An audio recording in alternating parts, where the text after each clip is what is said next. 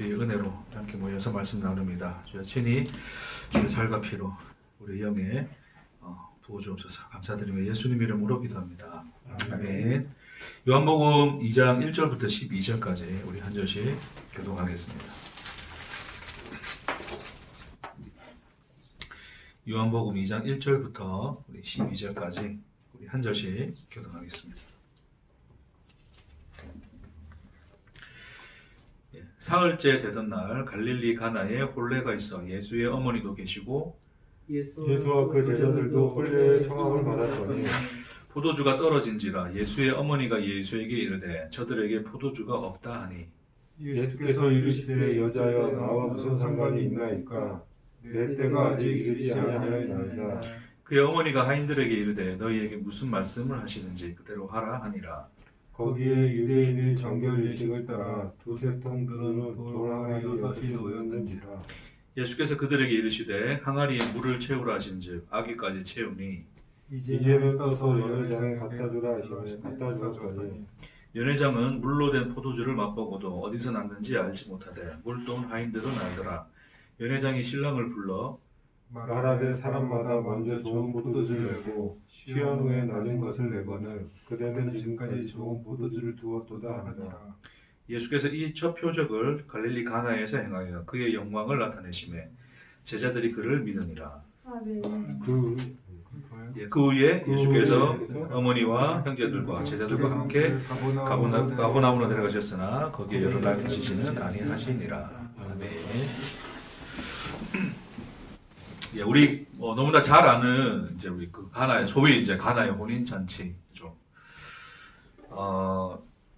대략 다시 한번 요약을 하면 이제 가나의 혼인 잔치가 있었는데 이제 예수님과 제자들이 함께 가게 되죠.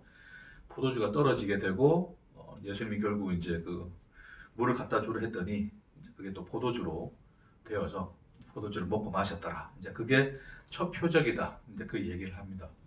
그래서 여기 우리가 조금 좀 이 말씀을 나눔에 있어서 이제 제일 먼저 짚어야 될 부분이 뭐냐면 표적이라는 거예요. 표적. 이제 기적이 아니고 그렇죠? 이적과 표적이라고 하는 것은 단어 자체가 다른데 그러니까 이적은 그냥 뭐가 이적이에요?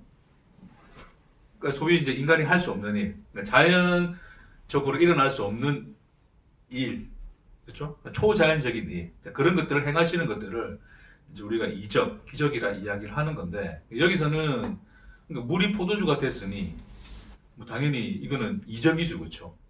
기적인 거죠. 인간이 할 수 없는 일이잖아요. 근데 예수님이 그 일을 했는데 요한은 지금 뭐라고 이야기하냐면 표적이라 이야기를 해요. 왜 표적이라 이야기를 합니까? 단순히 물이 포도주가 된 사건, 이 놀라운 일 자체가 의미가 있는 게 아니고 그것이 가리키는 바. 표적은 사인이잖아요, 그렇죠? 사인. 예수님이 그 오병이어 사건, 요한복음에 보면 이제 예수님의 어떤 행하신 일 뒤에 항상 뭐라 이야기를 하냐면 표적이라 이야기를 해요. 예수님이 이적을 일으키신 사건이 보통 한 7번 정도로 기록되어 있는데 거기에 대해서 다 표적이라 이야기를 해요. 그렇죠? 오병이어 사건도 예수님이 뭐라 그래요? 너희가 나에게 지금 온 것은 표적을 본 까닭이 아니고 먹고 배불렀기 때문에 왔다 그러잖아요. 그러니까 기적 보고 이적 보고 또 그런 일을 일으켜 달라고 네가 나를 찾은 것이지 그 오병이어라고 하는 것이 가리키는 바 그 내용, 그 의미가 무엇인지를 구하지 않는다 이야기를 하거든요. 가나의 혼인잔치는 단순히 어떤 이제 뭐 물이 포도주가 된 놀라운 사건이 아니라 그것이 가지고 있는 뭐가 있다? 표적이 있다, 사인이 있다. 이제 그 이야기를 이제 시작한다는 거예요. 그러니까 이 요한복음 끝에도 보면 이제 요한복음이 쓴 목적이 나와 있어요. 좀 확인하고 갈까요, 한번? 요한복음 우리 21장 우리 끝에 한번 볼게요.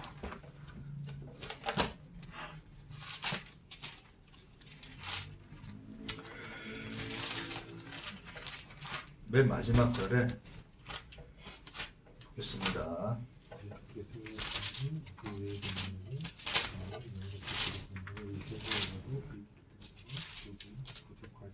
네, 우리 21장 25절이죠. 우리 함께 한번 같이 읽을게요. 시작. 예수께서 행하신 일이 이 외에도 많으니 만일 낱낱이 기록된다면 이 세상이라도 이 기록된 책을 두기에 부족할 줄 아노라. 그러니까 이 일 외에도 그러니까 워낙 엄청나게 많은 일을 하셨다는 거죠. 소위 이제 많은 기적들이 있었다는 거예요. 근데 그럼에도 불구하고 지금 이것만 내가 추려서 하는 얘기는 그렇죠? 그러니까 그걸 다 기록하면 뭐 이 세상에 책 둘 곳이 없다 뭐 그 정도인데 이렇게 하는 이 이유가 뭡니까? 결국 이것을 통해서 뭘 하자는 거예요?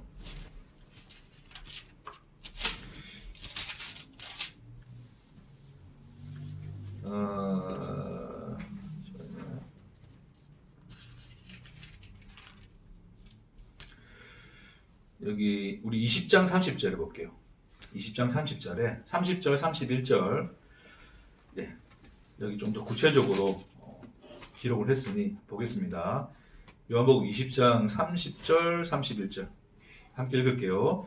예수께서 제자들 앞에서 이 책에 기록되지 아니한 다른 표적도 많이 행하셨으나 오직 이것을 기록함은 너희로 예수께서 하나님의 아들 그리스도이심을 믿게 하려 하며 또 너희로 믿고 그 이름을 힘입어 생명을 얻게 하려 함이니라. 아멘. 그러니까 지금 요한이 추려가지고 대표적으로 이 기적들을 서술하는 이유는 단 한 가지 목적밖에 없다는 거죠. 뭐밖에 없다는 겁니까? 예수께서 누구라고요? 하나님의 아들 그리스도이심을 믿게 하려 함이다. 그러니까 예수가 누구냐? 그러니까 예수가 누구냐를 설명하기 위해서 나는 지금 너희들에게 이 기적의 이야기들을 해주고 있는 거야. 이제 그 얘기를 하고 있는 겁니다. 그러니까 지금 어떤 가나의 혼인 잔치의 포도주가 떨어지고 그 그러니까 소위 이제 이 포도주가 떨어졌다는 의미가 뭐냐면 가나의 혼인 잔치에서 제일 중요한 게 뭐냐면 포도주거든요. 이제 결국 이제 잔치의 흥을 돋구는 거니까. 그러니까 거의 혼인 잔치가 보통 7일 정도 이렇게 진행된다고 해요. 유대인들에게 있어서는. 그러니까 절대 그 기간 동안에는 떨어지면 안 되는 것. 그렇죠. 이제 그게 끊기면 이제 그냥 잔치 그냥 끝나는 거고. 이제 또 소위 이제 결혼인데 이제 소위 이제 결혼식은 좀 우리가 좀 이렇게 거룩하게 잘 진행시키고 싶은 거잖아요. 그렇죠. 근데 그 포도주가 끊어짐으로 인해서 이제 그것을 주관한 신랑이나 뭐 신부나 주관한 그 모든 사람들이 명예가 실추되는 어떤 사건이었고, 이제 소위 이제 어떤 문제에 봉착하게 되는 사건이 되는 거죠. 그러니까 포도주가 떨어졌다는 것이 단순히 이 포도주가 떨어졌다는 것이 가지고 있는 것이 그러니까 술만 좀 없어졌네 이런 의미가 아니고 그러니까 잔치가 망가지게 되었다 이런 의미로 보시면 돼요. 그런 어떤 이 상황에서 기적을 행하실 수 있는 능력 많으신 분이 나타나셔서 그 문제를 해결했다가 아니고 이제 그걸 그렇게 보기 시작하면 이제 뭐로 보는 거예요? 오병이의 사건을 보고 배불러서 예수를 찾는 거하고 똑같은 거예요, 그게. 그렇죠? 표적을 본 까닭이 아니죠. 그러니까 여기서 말하고자 하는 것은 물로 된 포도주가 무엇을 의미하느냐? 예수는 왜 물로 된 포도주를 그러니까 물로 말미암아 포도주로 만드셨는가를 보라는 거예요. 그게 중점적인 내용이겠죠, 그렇죠? 자, 그림 솜씨는 없지만 대략 그려보겠습니다. 자, 예수님 여기 이렇게 있고 마리아 그렇게 아이들이 이렇게 있겠죠, 그렇죠? 이렇게 있습니다. 여기에 둘, 셋, 다섯, 여섯 개, 돌 항아리 6개가 놓여져 있습니다. 자, 어쨌든 마리아가 예수께 와서 포도주가 떨어졌다 그 얘기를 해요.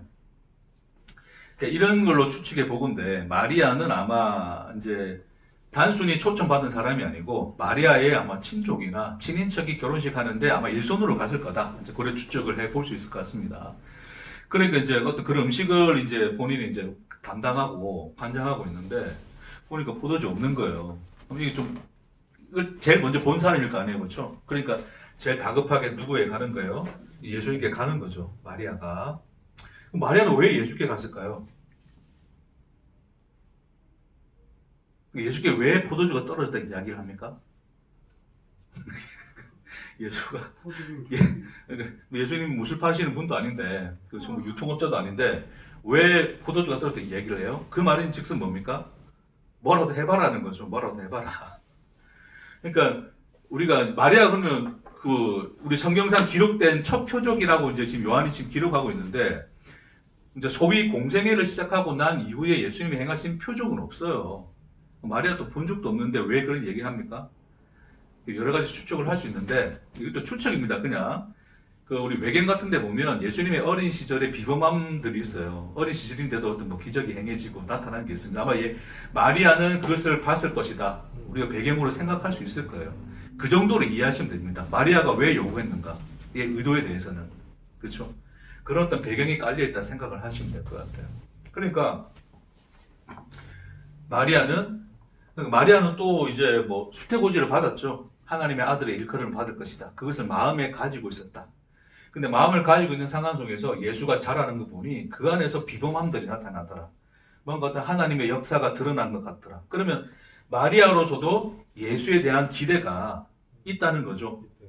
어떤 이 인간들의 문제를 해결해줄, 소위 인류의 문제를 해결해줄 그 어떤 능력자로서 보내심 받은, 그렇죠? 자기 아들이긴 하지만 그런 어떤 이 여러 상황들이 섞여서 마리아가 요구를 합니다. 그렇죠? 포도주가 떨어졌다. 어떻게 해봐라. 요청을 해요. 자, 그것에 대해서 예수님이 뭐라 그래요? 예수가 뭐라 그래요? 여자여, 나와 무슨 상관이 있습니까? 이야기하죠. 굉장히 이제 우리 이런 본문을 보면 이제 모세들 설교하실 때 굉장히 좀 싸가지 없게 이야기하셨다 그렇게도 표현하긴 하시는데 우리가 볼 때는 좀 이렇게 싸가지 없는 표현 같잖아요. 좀 도와달라고 그러는데 그것도 어머니도 아니고 여자여 무슨 상관이 있느냐 그런 얘기를 했다는 거예요.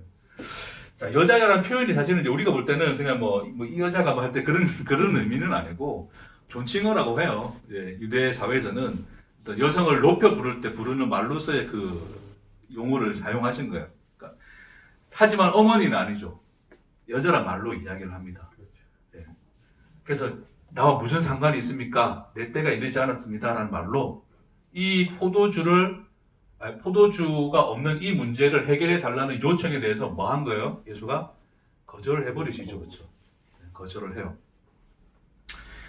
결국 예수님이 이 마리아에게 여자라는 이 표현들을 쓰는 이유는 뭐 쉽게 생각하면 그거죠. 결국 이제 이 예수는 마리아를 통해서 왔으나 예수 자신은 사실은 이제 누구예요?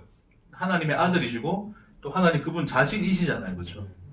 그러니까 누구의 아들로서 속해진 그래서 어떤 누구의 어떤 영역 안에 거할 수 있는 그런 존재가 아니라 그 누군가를 넘어선 그 너희를 넘어선 자로서 그렇죠? 그 예수의 자리가 그렇게 서 있음을 표현하는 것이다. 이제 그래 볼 수 있는 거예요. 그래 볼 수도 있고 또 뭐로 볼 수 있냐면 그러니까 이 지금 요청에 관한 답이라 보시면 돼요. 그러니까 이런 거죠. 그러니까 지금 마리아는 뭐로서 서 있냐면 예수가 자라온 그 자람을 다 보았고 그리고 이제 그 속에서 또 수태고지 받은 언약의 내용을 다 가지고 있는 거죠. 그러니까 우리가 하나님 말씀을 이제 하나님 백성으로서 하나님 말씀을 가지고 있고 하나님이 우리에게 행하시는 역사를 본단 말이에요. 이스라엘 백성이 그런 백성이잖아요. 그렇죠? 이스라엘 백성들은 하나님의 말씀을 시내산에서 받았고 불기둥 구름기둥으로 함께 하시고 만나로 먹이시고 메추라기도 먹이시고 그 하나님의 역사를 본 거잖아요. 그 본 자들이 하나님을 하나님이라 부른단 말입니다. 그렇죠? 그러니까 마리아가 하나님이 주신 언약이 있고 그 말씀이 있고 그 안에서 나타나는 여러 가지 역사를 봄으로써 마리아가 예수를 바라보는 관점 뭐예요? 이 관점이에요. 포도주를 요구하는 자의 자리에 서 있는 거예요. 그러니까 이 문제를 해결해 달라. 예수를 그래 인식하는 거죠. 그러니까 어머니로서 자기 자식을 바라보는 관점을 떠나서 지금 이 마리아 자체가 지금 이 스스로가 지금 뭐 하고 있는 거예요? 예수를? 그렇죠. 예수를 자기가 받은 말씀과 그 안에서 그 예수의 인생에서 나타나는 하나님의 역사를 통해서 하나님은 어떠하신 분이시고 그가 보내신 예수는 그러니까 그 메시아는 이런 분이다라고 하는 것을 투영시키고 있죠 지금 마리아 자체에서 이미 그렇죠. 그거 자체가 이미 마리아 자체가 자기의 어미의 자리를 떠나 있는 거예요. 이미 그게 그렇게 세퍼레이트, 그러니까 세퍼레이트, 영어 왜 나오지? 구분되어져 버렸단 말이에요, 이미. 그 자리에 서 있다는 것은 여자야라는 말을 통해서 예수가 마리아에게 깨우쳐 주는 거예요. 자, 다시. 자, 자, 마리아 안에 이미 예수가 자, 어떤 이런 문제를 해결해 줄 수 있는 자로서 지금 이미 서 있죠, 지금. 자기 앞에. 그쵸? 근데 그러니까 예수를 그렇게 바라보고 있는 것은 진짜 그 예수입니까? 아니면 마리아 안에 있는 예수예요? 말이 안에 있는. 그렇죠. 마리아가 생각한 예수죠. 마리아가 기대하는 메시아고, 그러니까 이스라엘 백성들이 기대하는 하나님인 거잖아요. 이해됐습니까? 네. 그러니까 이미 그 자리에 서 있는 것 자체가 이미 뭐예요? 그러니까 그렇게 서 있는 것 자체가 그게 무슨 자리냐면 그게 이방인의 자리예요. 이방인의 자리. 예. 그러니까 참 하나님 백성은 그런 자리에 서 있는 게 아니다. 이제 그게 결론인데 그 이방인의 자리, 하나님을 알지 못하는 자리에 사실은 이스라엘 백성들이 서 있었던 거잖아요. 광야 40년 내내 보면 걔네들이 행했던 것은 사실은 하나님 백성의 어떤 그런 삶의 모습이라보다는 하나님 알지 못하는 자와 다를 바 없는 그 자리에 서 있는 거잖아요. 그러니까 지금 마리아가 예수를 그런 관계 속에서 봐버린 거예요. 그렇죠? 그렇게 봐버렸다는 것 자체가 이미 어머니가 아니라 이제는 여자인 거예요. 여자의 자리. 나와 상관없는 그 여자의 자리에 서 있다 이야기하는 거예요. 이해되겠습니까? 그래서 뭐라 그러냐면 무슨 상관입니까? 그러니까 이 일이 나와 무슨 상관이 있습니까? 라는 뜻이기도 하지만 여자라는 말과 이게 연관되어지면 당신은 나와 무슨 상관이 있습니까? 이 얘기예요. 그렇죠? 나더러 주여 주여 하는 자마다 다 천국에 들어갈 것이 아니고 아버지 뜻대로 해가는 자라 들어가야 된다 그러잖아요. 근데 하나님을 주여 주여라 부르고 선지자 노릇도 하고 그러니까 다 하나님이 하라는 걸 다 했던 사람들이 그 주인에게 이제 천국에 가서 하나님 앞에 그런다는 거잖아요. 우리 이거 다 했는데 왜 우리가 뭐 잘못했습니까? 그러니까 뭐라 그래요? 불법을 행하는 자들 나를 떠나가라 그러잖아요. 나는 너희를 도무지 안다 모른다 그러는 거예요. 상관없다 그러는 거예요. 이해되시겠습니까? 그러니까 우리가 알고 있는 것, 그러니까 우리가 인식하고 우리가 깨닫고 우리가 경험하고 알고 있는 것을 통해서 하나님은 이런 분이야라고 말하는 이 나는 사실은 하나님과 상관이 있습니까 없습니까? 없다 그러는 거예요. 그 자체가 이미 내가 하나님을 뭐 해버린 거예요? 상관없는 자로 만들어버린 거예요. 네가 지금 그 자리에 있는 거야 그러는 거예요. 하나님이. 그러니까 예수님이 구분시킨 게 아니라 누가 구분시켜버렸어요? 인간 스스로가 구분시켜버리는 거죠. 원래는 하나님과 우리가 참 하나로 하나님 사랑이신 하나님 안에서 하나님과 하나로 엮인 존재인데 우리가 생각하는 하나님으로 인식해버리는 순간 그 자체가 나와 하나님을 뭐 해버리는 거라고요? 예. 그게 하나님과 나를 세퍼레이트 구분해버리는 거예요. 그런 행위를 누가 제일 잘했다고요? 바리새인들, 율법을 가진 자들, 그 율법적 인간들이 하는 행위들이 다 그런 거란 말입니다. 이해되시겠습니까? 네. 자, 그래서 무슨 상관이 있습니까? 그것은 나와 상관이 없습니다. 그러니까 인간은 항상 하나님을 인식할 때 하나님은 나의 처한 어려움을 해결해 주시고 여기서 나를 건져 주실 그 대상으로서 우리는 그분을 늘 인식을 하지만 사실은 하나님은 인간의 그런 요청에 답하신 적이 있으시다 없으시다? 없으시다. 여러분 예수가 왜 왔습니까? 한번 물어봅시다. 예수는 이 세상에 왜 왔습니까? 하나님 자신을 나타내려고. 전도사님이 이렇게. 그러니까 우리가 생각 그러잖아요. 인류를 구원하기 위해서 왔다 그러잖아요. 네? 예, 예수는 인류를 구원하기 위해서 왔잖아요. 나를 그래서 나를 구원하시고 죄에서 우리를 건져내시고 우리를 천국에 들어가게 하시기 위해서. 자, 우리가 이제 그렇게 예수를 인식하고 있는 거예요. 예수가 왜 왔습니까? 라는 질문에 대해서 예수는 인류를 구원하시기 위해서 이 세상에 왔습니다. 라는 인식으로 우리가 예수를 바라본다면 어쩌면 우리는 예수와 상관없는 자리에서 고백하는 것일 수 있어요. 인류를 구원해달라. 좋아. 성경에서 보니까 우리가 다 죄인이래. 그래, 좋아. 죄인이야. 다 지옥 간대. 오케이, 지옥 간대. 그럼 어떻게? 하나님 예수를 보내서 구원해 주는데, 그래. 그래서 예수는 와야 되었던 거야. 우리 그래 생각하잖아요. 그러니까 예수는 뭐예요? 우리를 구원해 주실 분, 우리 문제를 해결해 주실 분으로서 우리는 요청을 하죠. 그렇게 오셔야 될 분으로 요청한단 말이에요. 포도주 없다 그러는 거예요. 어떻게 좀 해봐라. 우리 다 지옥 가겠는데 어떻게 해봐라. 구원해봐라의 대상으로 보는 거거든요. 근데 하나님은 우리의 인간의 요청을 받고 오신 적이 없으십니다. 사실 역사적으로도 인간이 하나님을 요구한 적도 없고 인간의 요구와 요청을 따라서 그 요구와 요청을 만족시키기 위하여 하나님이 자기를 나타내시고 이 세상에 오신 적은 없으시죠. 그렇게 우리를 찾아오시지 않으시죠. 하나님이 우리에게 다가오시는 목적은 뭡니까? 참 하나님을 나타내고 계시하기. 이건 그렇죠. 궁극적으로 그게 되는 거죠. 하나님 자신만이 자기 목적을 가지고 계세요. 하나님이 오셔야 되는 이유는 하나님 자기가 가지고 계시지 우리의 요청 속에 있지 않다는 거예요.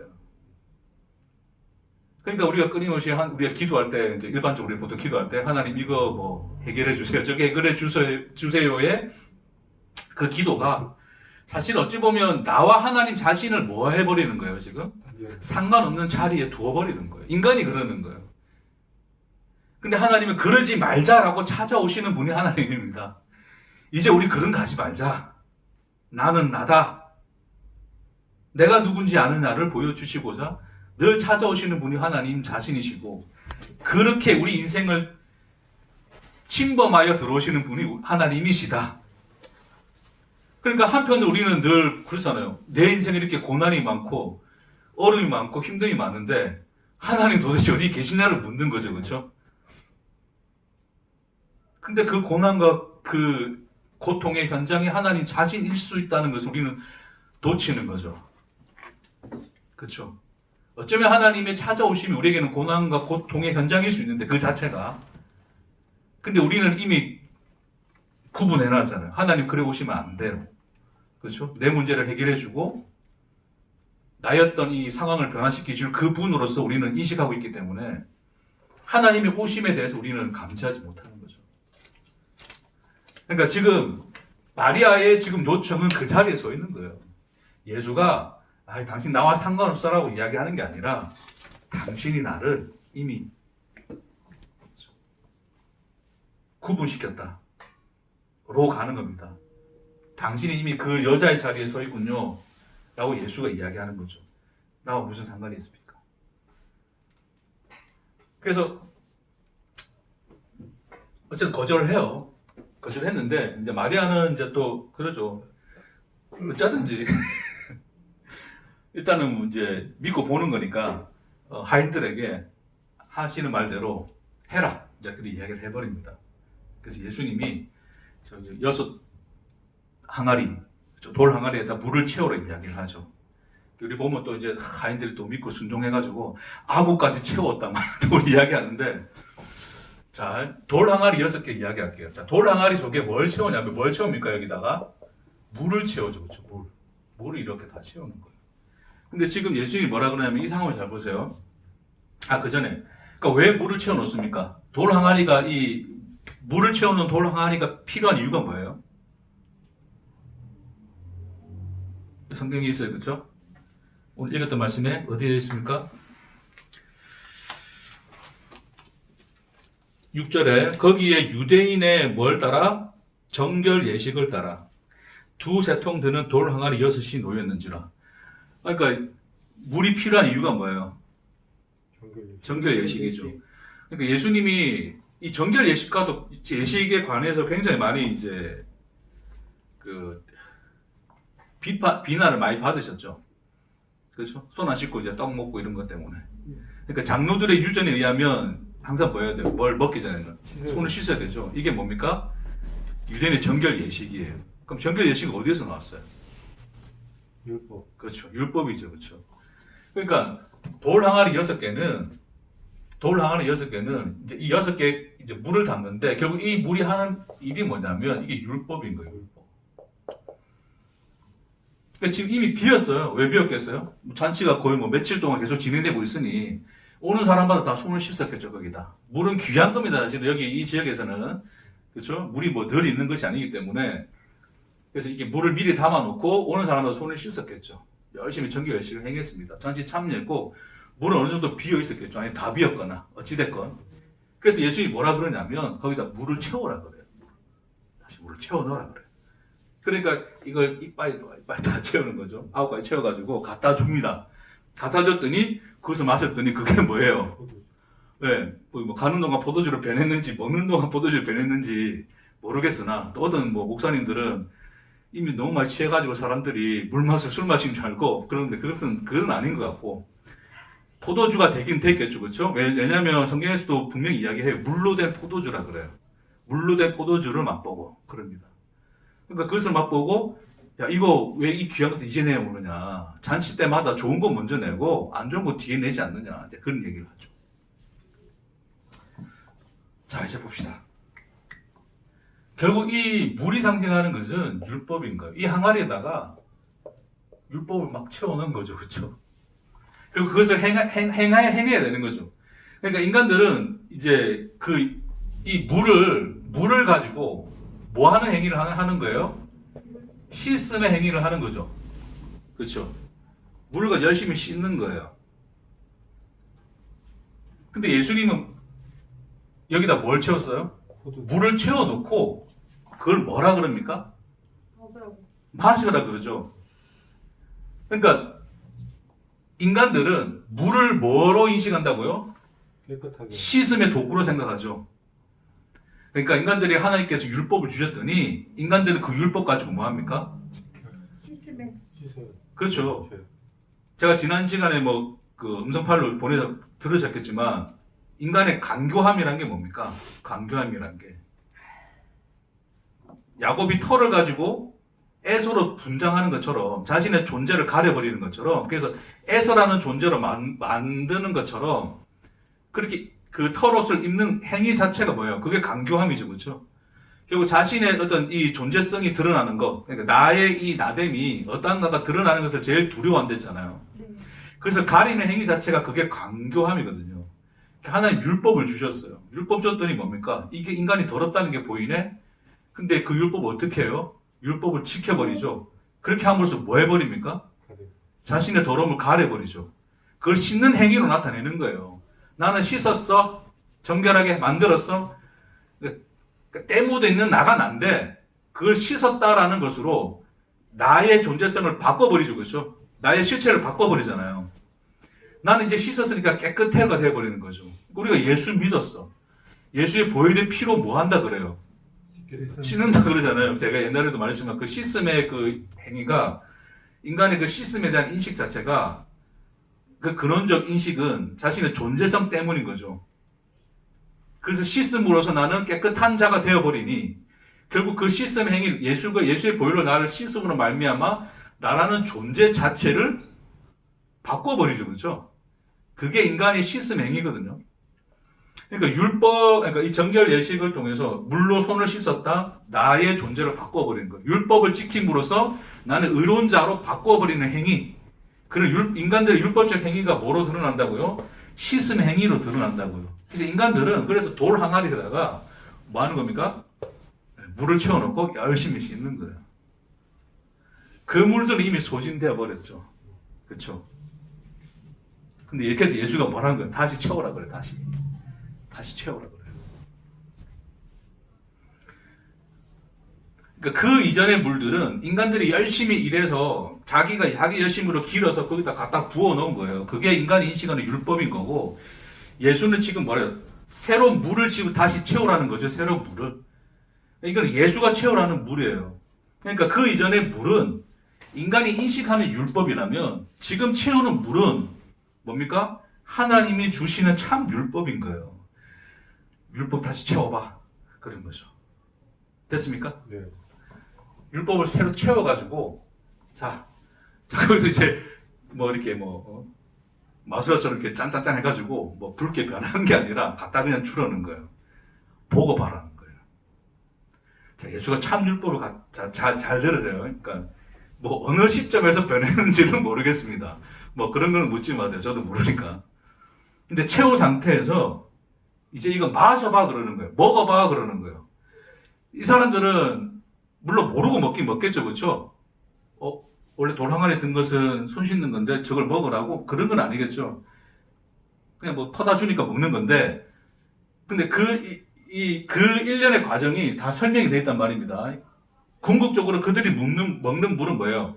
예수가 채우라고 한 물을 먹는 거예요. 그렇죠? 그래서 예수가 채우라 한 물을 가지고, 이제 그걸 가지고 이제 내가 참 율법 너에게 줄게. 참 율법을 내가 채워줄게. 이제 그거 마셔봐, 먹어봐 그러는 거예요. 그걸 그냥 갖다가 뭐 하는 겁니까? 먹는 거죠. 먹으니까 뭐가 되더란 거예요, 자기 안에서. 포도주가 되는 거예요. 포도주. 그게 생명. 포도주가 생명이거든, 생명. 예수가 준 율법, 예수가 채운 율법, 예수가 준 율법을 먹고 나니 비로소 그게 뭐가 되더란 말입니까? 생명이 되는 거죠. 그러니까 물이 포도주가 된 것은 궁극적으로 뭐가 된 겁니까? 율법을 복음으로 바꾼 게 아니라 물로 된 포도주라 그랬어요. 그러니까 율법을 복음으로 바꾼 게 아니라 율법의 실체가 바로 뭐였음을, 복음 그 자체 생명이었음을 보여주는 거예요. 그게 뭐다? 예수가 할 일이다. 그게 표적이다. 예수가 수많은 기적을 일으켰는데 저 진짜 신적인 능력을 가지신 분이 십자가에 달려 죽었는데 그거 이야기하자는 게 아니라 예수가 십자가에 죽었다는 의미가 뭔지 아니? 그 사인, 그 하늘의 표적이 뭔지 아니? 그걸 보여줄게. 첫 번째 표적이 이 포도주야, 포도주. 그러니까 예수의 십자가 안에서 우리가 보게 되는 것은 결국 예수는 무엇으로 왔다는 거예요? 참 율법으로 오셨습니다. 그래서 예수가 자기를 뭐라 그래요? 율법을 폐하러 온 자가 아니고 완성하러 오셨다. 그래서 채우라 그러는 거예요. 채워봐. 다 채워봐. 그래서 그 율법을 완성한 자로서 그 예수가 뭐예요? 율법 완성한 자로 왔는데, 그래서 그 예수는 십자가에 달려 죽음으로 우리에게 살과 피가 되어 양식이 되어 예수가 뭐라 그럽니까? 나를 먹고 마시우라 그러잖아요. 예? 그게 뭐가 되는 거예요? 그 참 율법은 우리가 지켜야 될 그 대상입니까? 아니면 먹어야 될 대상입니까? 먹어야 먹는 게 뭔데요?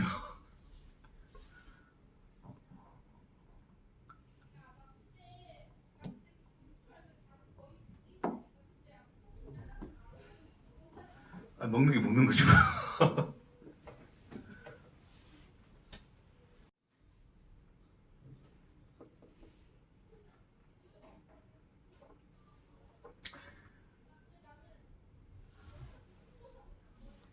자,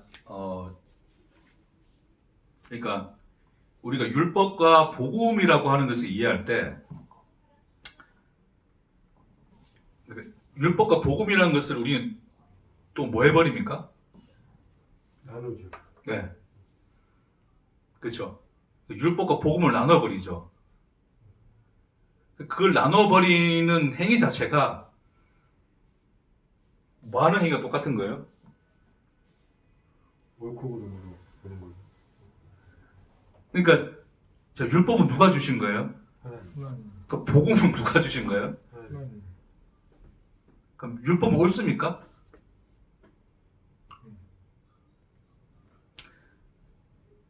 복음 율법 옳습니까? 내가 대답을 진행을 못하겠네. 답을 얘기해가지고. 자, 보세요. 그러니까 우리가 율법과 복음을 나누어서 우리가 비교해서 이야기할 때 항상 율법은 뭐가 돼요? 복음에 뭐가 됩니까? 대치가 되잖아요. 반대가 되잖아요. 그렇죠? 그럼 복음은 참된 것이고 율법은 잘못된 것이라 그러잖아요. 그러니까 그런 대치를 우리가 나눠버리는데 그럼 사실 율법이라고 하는 것은 누가 준 거예요? 하나님 주신 것이고 복음도 누가 주신 겁니까? 하나님 주신 거잖아요. 그럼 내가 율법과 복음을 나눠버린다는 것은 율법을 주신 하나님과 복음을 주신 하나님이 뭐 해버리는 거예요? 다른 하나님 갖고 네? 분리되었고 오는 거예요. 그렇죠. 그걸 나눠버리죠. 그렇죠.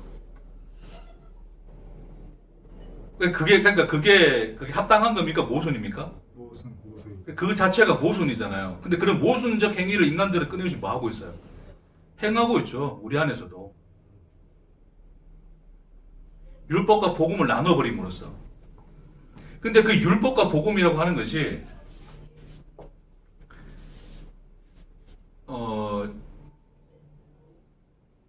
그러니까 이렇게 봅시다.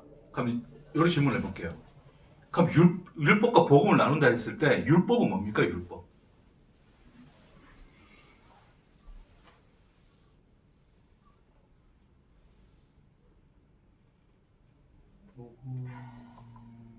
복음을 알기 위한 몽학 선생. 공학 선생. 다들 바울이시네. 모할 선생. 복음으로 가기 위한 브릿지 역할을 하는 거죠. 복음을 가기 위한 브리시 역할을 한다. 자, 지금 예수님은 율법을 다시 채우랬거든요, 여기다. 율법을 채우랬어요. 그리고 그 율법을 뭐 해버리라는 거예요, 그걸 갖다 줘서, 야, 그거 마셔라, 그런 거예요. 그쵸? 그러니까 그 율법 자체가 뭐가 돼버린 거예요? 복음이 되는 거죠. 십자가.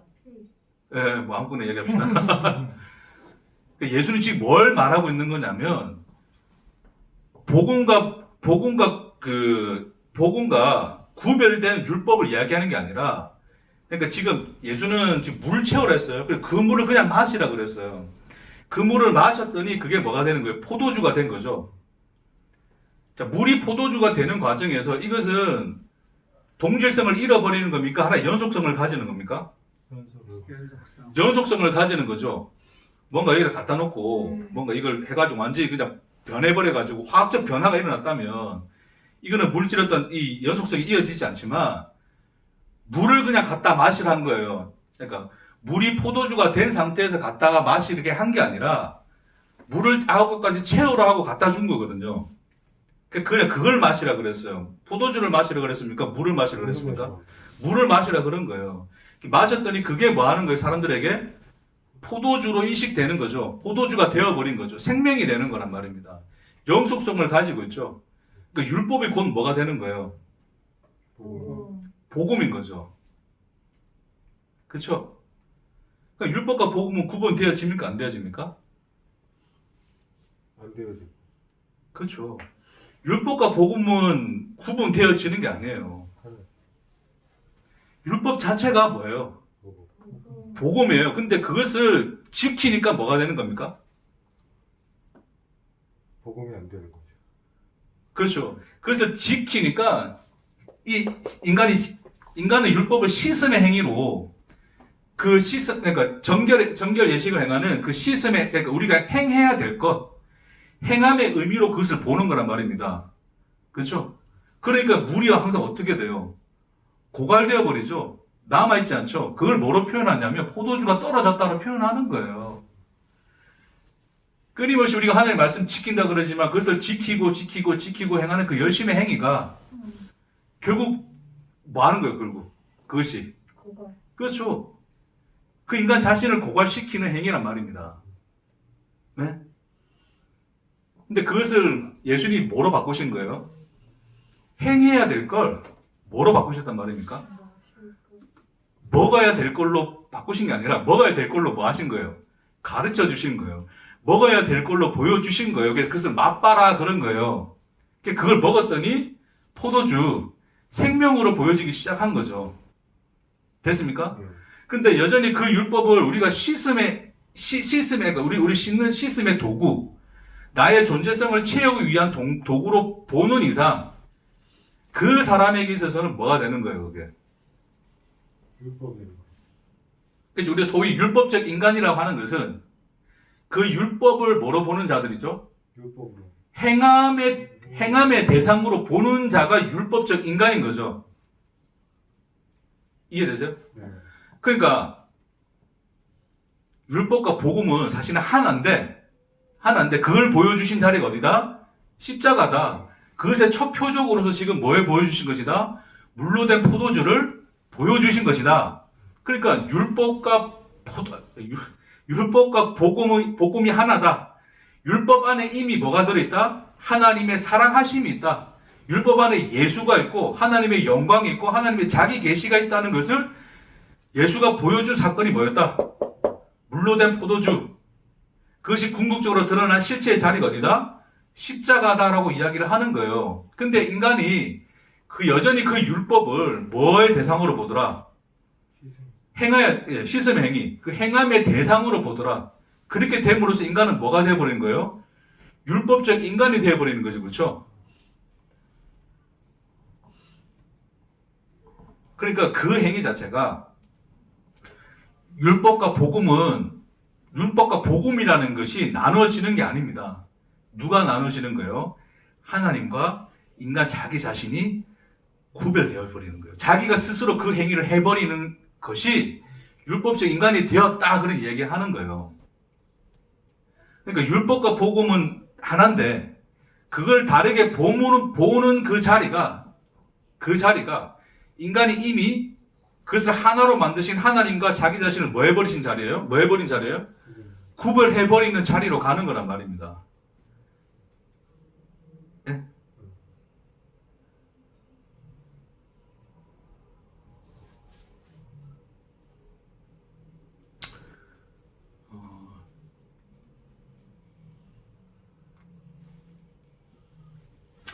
자, 이거 좀 더 이게 원활하게 설명이 되면 좋은데 제 한계가 여기까지라. 자, 한 번만 더 정리를 합시다, 여러분. 한 번 더 정리를 할게요.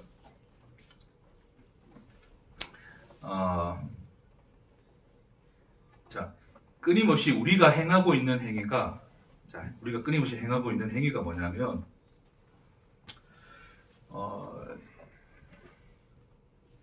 자, 우리는 이제 뭐 A, B, C, D 이렇게 있다면 이것을 언제나 우리는 구분하기를 좋아해요.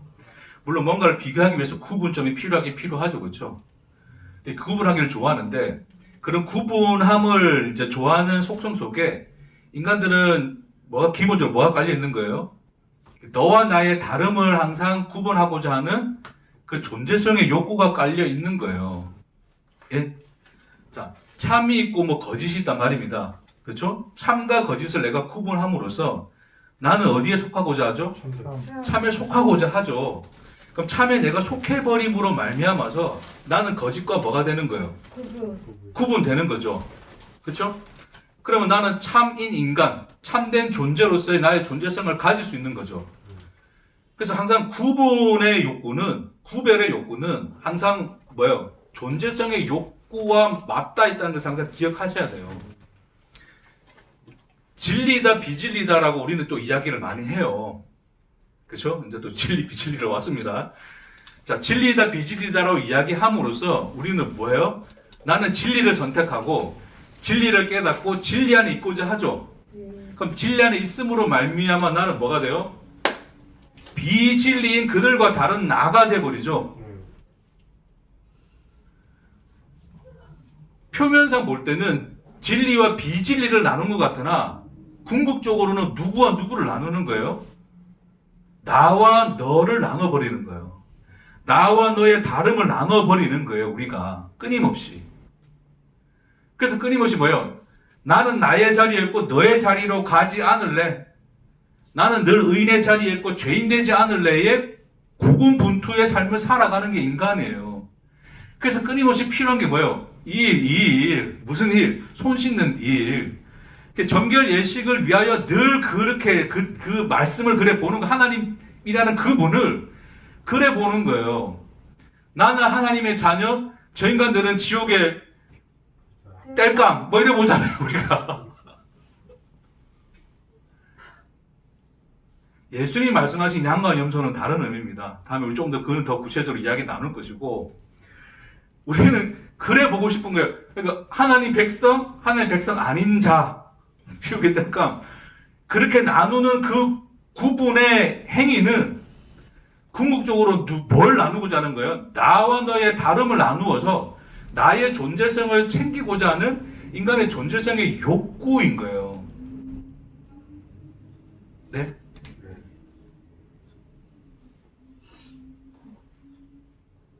그러니까 복음이냐 율법이냐는 물론 이제 우리가 비교하는 것은 율법적 인간과 어떤 이제 복음을 아는 인간의 어떤 그런 차이점을 설명해서 우리 그렇게 편의상 이야기는 하지만 일반적으로 또 인간들이 하나님의 그러니까 우리 손 이제 구약 신약 나누는 것도 조금 그럴 수도 있는데 구약 신약 나눌 때도 이제 우리가 설명하기 위해서는 그렇게 표현을 할 수 있지만 사실은 구약 신약이라고 하는 것은 없어요. 언약이 옛것이 있고 새것이 어디 있습니까? 물론 예수님이 새 언약을 주신다는 것은 그 시점의 이야기지 그 언약은 그 옛 하나님이 인간을 창조하시고 이미 하나님이 인간을 창조하신 하나님의 언약과 다름이 없는 그 하나로 연결되어진 그 내용이에요. 인간이 못 깨닫다 보니까 옛 언약처럼 느껴지는 거고 실체로서 나타난 게 새 언약일 뿐이에요. 근데 사실은 다 뭐예요? 그게 하나의 언약이었던 거죠. 네? 그러니까 구약의 말씀, 구약의 율법, 신약의 복음 이런 것은 그걸 나누고자 함은 내가 복음에 속한 자가 됨으로써 옛것 그 구약의 율법에 속한 자와 다른 나의 존재성을 챙기고자 함인 거거든요. 근데 실질적으로 우리가 우리의 삶을 진리를 알았다 하지만 우리가 자기의 삶을 잘 생각해 보면 여전히 내가 무슨 인간인 걸 보게 됩니까? 율법적 인간임을 보게 돼요. 나 자신조차도. 우리가 예수 믿고 하나님 백성 됐지만 여전히 내 속에서 뭘 보게 돼요, 여러분? 그러니까 그 율법인데 그게 뭐예요, 결국? 내 죄를 보잖아요, 내 죄. 안 보이는 게 아니잖아요. 오히려 더 하나님을 알면 알수록 더 보여지는 게 죄인 거잖아요. 나의 죄. 그렇죠?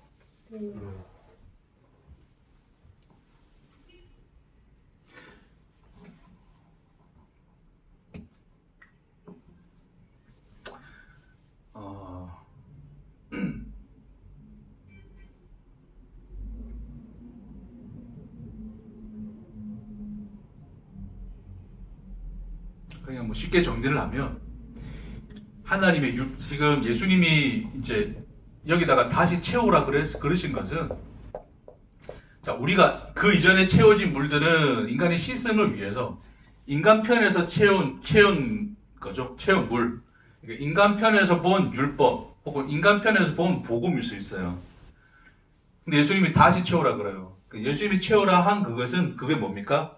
네. 하나님이 주신 율법이요. 하나님 주신 복음인 거예요. 내가 율법과 복음 보여줄게. 채워. 그 채웠단 말입니다. 그렇죠? 그걸 먹었더니 그거 자체가 뭐가 되는 거예요? 포도주. 생명이 되더라는 거예요. 그러니까 하나님 편에서 주신 거면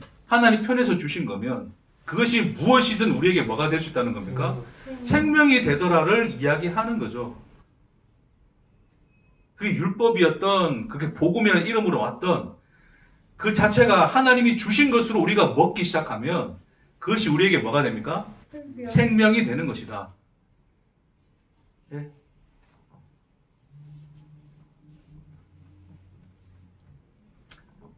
그래서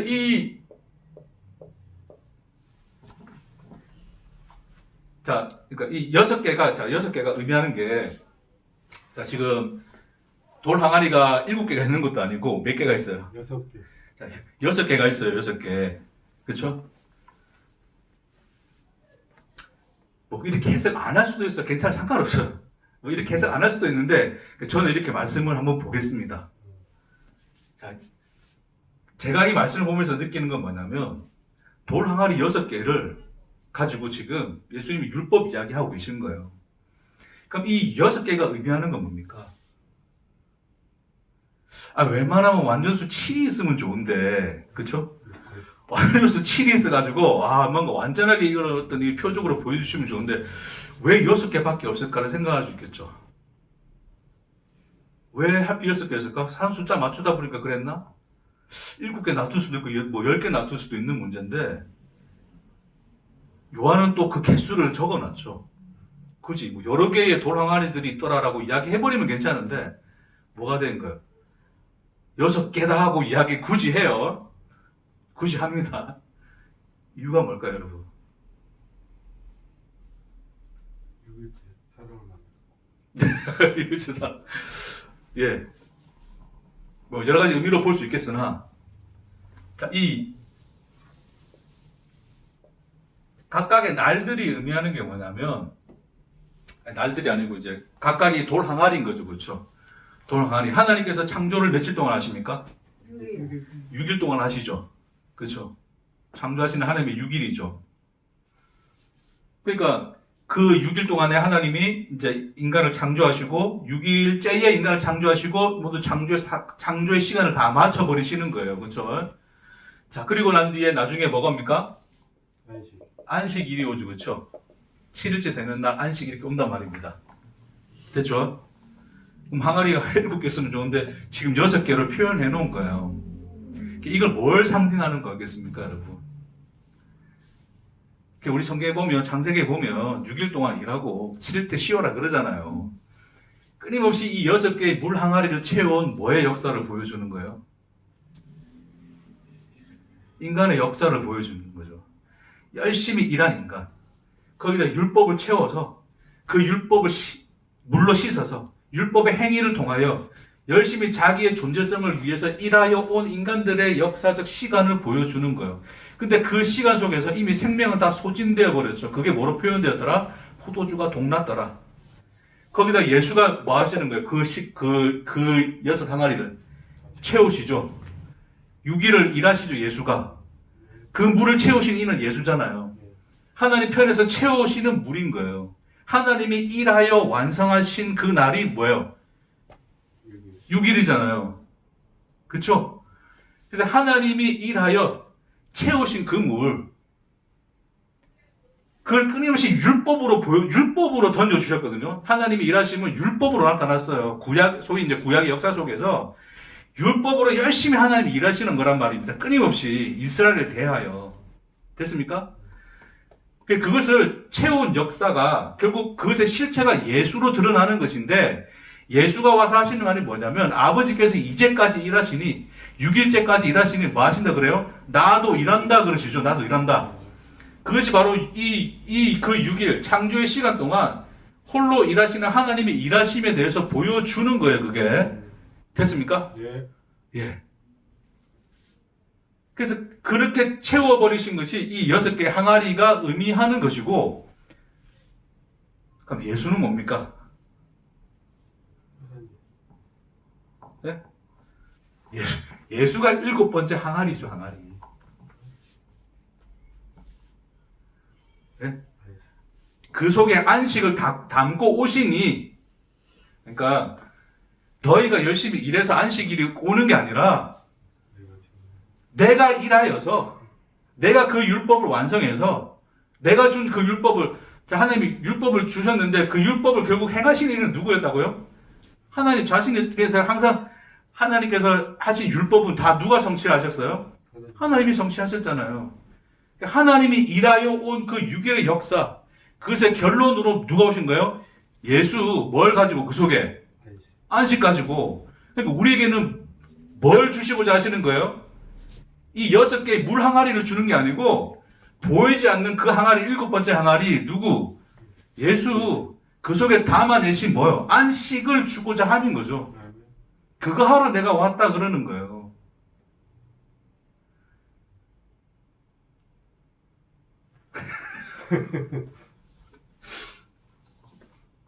네, 이제 마무리하겠습니다. 자, 이제 결론 다 왔습니다. 잘 참으셨습니다. 자, 이제 정리하고 마무리하고 마칠게요. 결론만 잘 들어도 돼요. 그래서 지금 오늘의 이 그림 속에서, 이 사건 속에서 요한은 표적이라 이야기를 해요. 표적은 결국 하늘의 것을 가르치는 건데, 궁극적으로 그 하늘에서 나타낸 게 뭡니까? 그 십자가거든요. 그래서 예수, 지금 요한은 어디를 향하여 가고 있냐면 십자가를 향하여 가고 있어요. 그러니까 예수가 내 때가 아니다. 그렇게 이야기를 하는 것을 기록해놨어요. 그럼 예수님의 때는 언제입니까? 십자가거든요. 그럼 십자가가 진짜 어떤 의미인지 예수님이 행하신 기적 중에서 내가 설명해 줄게. 첫 번째 설명이 뭐냐면, 그럼 예수의 십자가는 우리에게 뭘 의미하냐면, 7번째 돌 항아리야.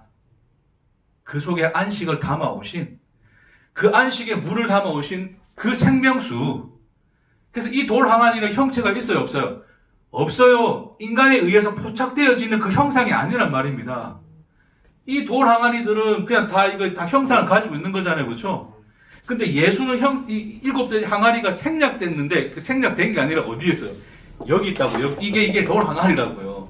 형상화되지 않는 하나님의 자기 계시, 그 속에 우리에게 생명의 물로 부어지는 하나님의 자기 계시, 그 사랑과 은혜와 영광을 내가 보여줄게. 그러니까 너희는 물 담아서 일하지 말고 이제 그거 마셔봐 그러는 거예요. 그러니까 7번째 항아리가 6번째 이 6개의 항아리를 다 덮어버리시는 거란 말입니다. 예? 그러니까 이 6개의 항아리는 형상으로 보여진 것이고, 보여지지 않는 이 하나의 형상을 위해서 얘네들이 존재하는 거예요.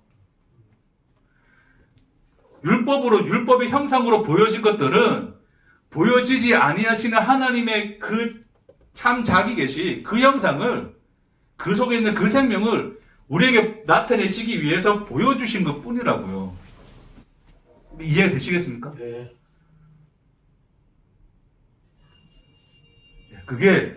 그게 궁극적으로 십자가에서 드러난 사건이었다. 그래서 지금 표적으로서 요한은 지금 말하고자 하는 거예요. 자, 이제 진짜 결론입니다.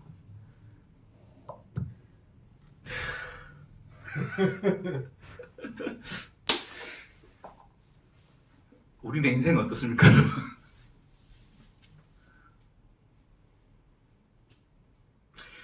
우리는 여전히 그러니까 그 자리에 서 있죠. 행복한 인생, 불행한 인생, 인간의 삶의 고난, 문제, 아니면 형통, 우리는 다 나눠놨잖아요. 근데 그걸 나누는 것은 하나님이 그래 나누는 게 아니라 누가 나눴어요? 내가 나눴죠. 내 존재성 때문에 내가 다 판단해서 이건 행복한 거야, 이건 불행한 거야, 이건 고난이야, 이건 형통이야를 우리는 다 나누는 거예요. 그게 여자여의 자리에 우리는 여전히 서 있는 거예요. 그것은 우리가 옳아서 똑바로 그것을 구분한 게 아니라, 현실을 직시한 게 아니라, 그게 내 존재성을 챙기기 위해서 하나님과 나를 분리시키는 행위예요. 하나님 그러지 말자 그러는 거예요. 그래서 하나님이 우리의 인생을 우리의 동의 없이, 우리의 요청과 관계없이 하나님은 침범에 들어오십니다. 밀고 들어오세요.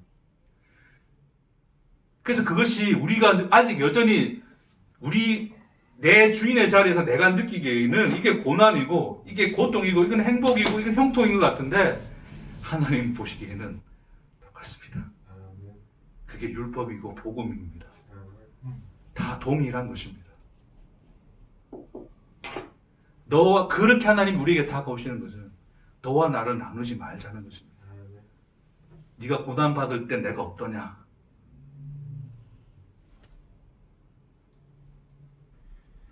임마누엘. 네? 어떠한 상황에서도 임마누엘. 그렇죠. 우리와 함께 하시다. 네. 그래서 마시세요. 고난이든 고통이든, 그것이 무슨 인생이든 인생의 시간을 들이마시세요. 예수가 아기까지 채워서 우리에게 가져다 주는 생명입니다. 그 맛을 보고 나면 비로소 고백하죠. 왜 이제야 이것을 내어놓으십니까? 하나님 대답하시죠. 이미 주었노라. 구분하지 말자.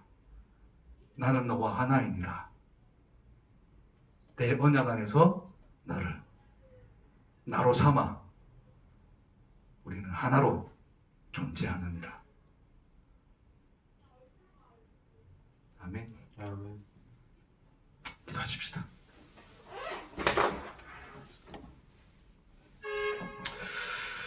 주님, 여전히 우리 속에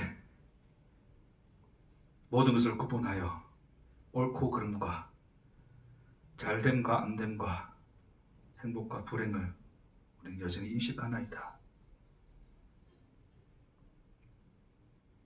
여전히 하나님과 우리가 우리를 구별한 자리에서 여전히 그 자리를 고집하는 우리의 존재성이 날마다 우리에게 찾아오시는 우리의 요청과 우리의 요구와 관계없이 하나님 당신으로 자기 자신으로 찾아오시는 하나님의 열심 앞에 모든 것이 무너지게 하시고 그런 말미암아 하나된 하나님 안에 하나된 온전한 존재를 보게 하여 주옵소서. 그렇게 우리의 인생이 달고 단 포도주로 맛보하시도록 주여 축복하옵소서. 감사드리며 예수님 이름으로 기도합니다.